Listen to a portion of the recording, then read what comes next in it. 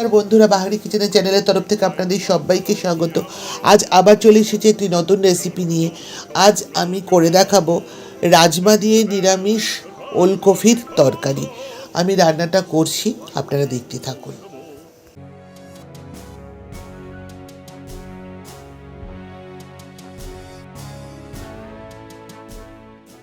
রাজমা দিয়ে নিরামিষ ওলকপির তরকারি রান্না করবার জন্য আমি এখানে নিয়ে নিয়েছি 3টে মাঝারি সাইজের ওলকপি। আমি এভাবে ছোট ছোট টুকরো করে নিয়েছি। আর নিয়েছি মাঝারি সাইজের 2টো আলু, সেগুলোকে এভাবে কেটে নিয়েছি। আর নিয়েছি আমার হাতের 1.5 মুঠ রাজমা। এবার আমি ওলকপিটাকে সামান্য ভাপিয়ে নেব আর রাজমাটাকেও সেদ্ধ করে নেব।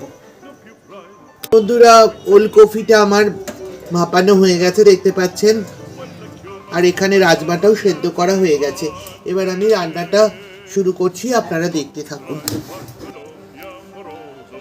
গ্যাসটা অন করে কড়াইতে তেল দিয়ে দিলাম। এখানে 4 চামচ তেল দিয়েছি।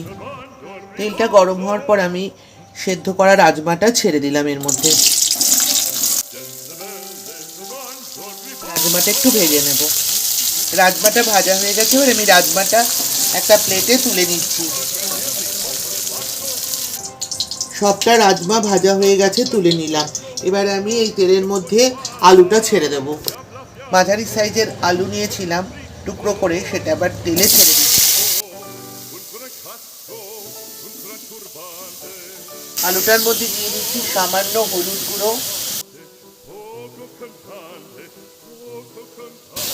আর সামান্য লবণ। লবণ আর হলুদ দিয়ে আলুটাকে ভালো করে ভেজে নেব। আলুটা যতক্ষণ ভাজা হচ্ছে ততক্ষণ আমি একটা মশলা তৈরি করে নিচ্ছি। নিলাম 1 চামচ মতন আদা স্লাইস করে, হাফ চামচের থেকে একটু কম নিলাম হলুদ গুঁড়ো, নিলাম 1 চামচ ধনের গুঁড়ো, নিলাম 1 চামচ জিরের গুঁড়ো, নিলাম হাফ চামচ কাশ্মীরি লঙ্কার গুঁড়ো, নিচ্ছি হাফ চামচ শুকনো লঙ্কার গুঁড়ো। এবার সামান্য জল মিশিয়ে একটা পেস্ট তৈরি করে নেব। সব মশলাগুলো দিয়ে সামান্য জল দিয়ে একটা পেস্ট তৈরি করে নিলাম। এদিকে আলুটা ভাজা হয়ে গেছে, আলুটা একটা প্লেটে তুলে নিচ্ছি। সব আলুগুলো ভাজা হয়ে গেছে, একটা প্লেটে তুলে রাখলাম। এবার কড়াইতে তেল দিয়ে নিচ্ছি। আবার 3 চামচ তেল দিয়েছি। আপনারা ইচ্ছে করলে এর থেকে বেশিও তেল দিতে পারেন। আমি রান্নাটা সাদা তেলে করছি, আপনারা ইচ্ছে করলে সর্ষের তেলেও করতে পারেন। তেলটা গরম হয়ে গেছে, এবার আমি তেলের মধ্যে একে একে ফোড়নগুলো দিয়ে দিচ্ছি। দিচ্ছি গোটা জিরে হাফ চামচ, দিচ্ছি 2টো শুকনো লঙ্কা ছিঁড়ে, আর দিচ্ছি একটা তেজপাতাকে টুকরো করে, দিচ্ছি 3টে এলাচকে একটু ছিঁড়ে দিচ্ছি, আর দিচ্ছি হাফ ইঞ্চি দারচিনিকে একটু ভেঙে টুকরো করে, 3টে লবঙ্গকে একটু ভেঙে দিচ্ছি।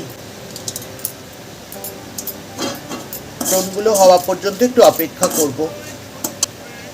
ফোড়নগুলো থেকে একটা গন্ধ বেরোতে শুরু করেছে সুন্দর। এবার আমি এই ভাপানো ওলকপিটা এর মধ্যে দিয়ে দেব।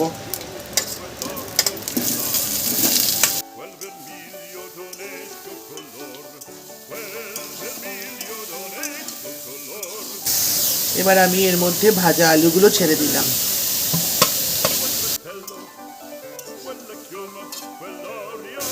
এবার এখানে যে মশলার পেস্টটা তৈরি করে রেখেছিলাম সেটা এবার এর মধ্যে দিয়ে দিচ্ছি।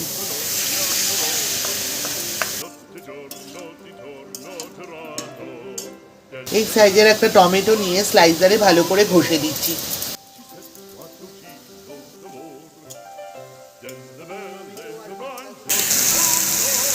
এবার ভেজে রাখা রাজমাটা এর মধ্যে দিয়ে দিলাম।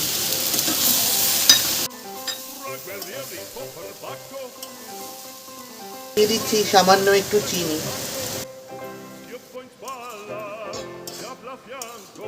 কষানো মোটামুটি হয়ে গেছে, এবার আমি এই মগটার 1 মগ জল দিয়ে দিচ্ছি।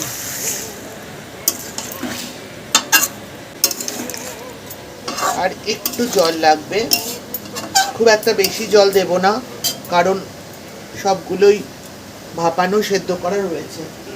এই মগটার আর 1 মগ জল এনেছি, হাফ মগ দিলাম, পুরোটা দিলাম না, কারণ যেহেতু ওলকপিটা ভাপানো রয়েছে, রাজমাটাও সেদ্ধ করা রয়েছে, আলুটা শুধু সেদ্ধ করা নয়, এটাতে হয়ে যাবে। এবার আমি একটা ঢাকা দিয়ে দিচ্ছি, 5 মিনিট পরে ফিরে আসছি।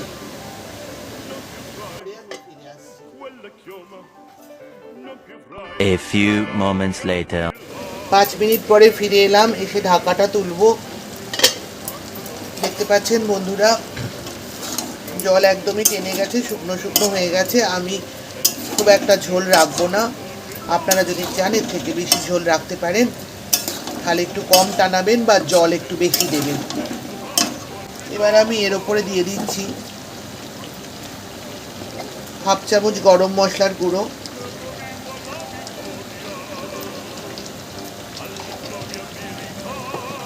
আর দিচ্ছি 1 চামচ ঘি।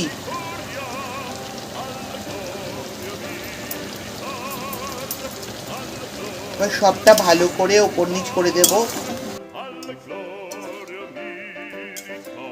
এবার একটা ঢাকা চাপা দিয়ে দিচ্ছি, দিয়ে গ্যাসটা অফ করে দেব। 2 মিনিট স্ট্যান্ডিং টাইমে থাকবে, 2 মিনিট পর ফিরে আসছি। A few moments later. বন্ধুরা, রেডি হয়ে গেল আমার রাজমা দিয়ে নিরামিষ ওলকপির তরকারি। এটি শীতের দিনে অসাধারণ লাগে খেতে।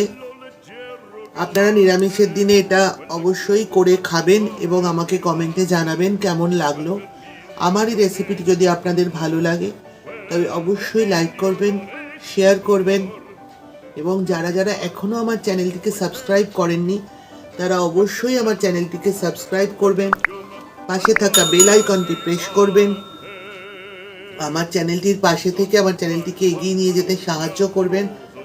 ভালো থাকবেন, সুস্থ থাকবেন। আজ আসি, আবার দেখা হবে এরকমই কোনো নিত্য নতুন চ্যানেল রান্না নিয়ে আপনাদের সঙ্গে। ততক্ষণের জন্য টাটা।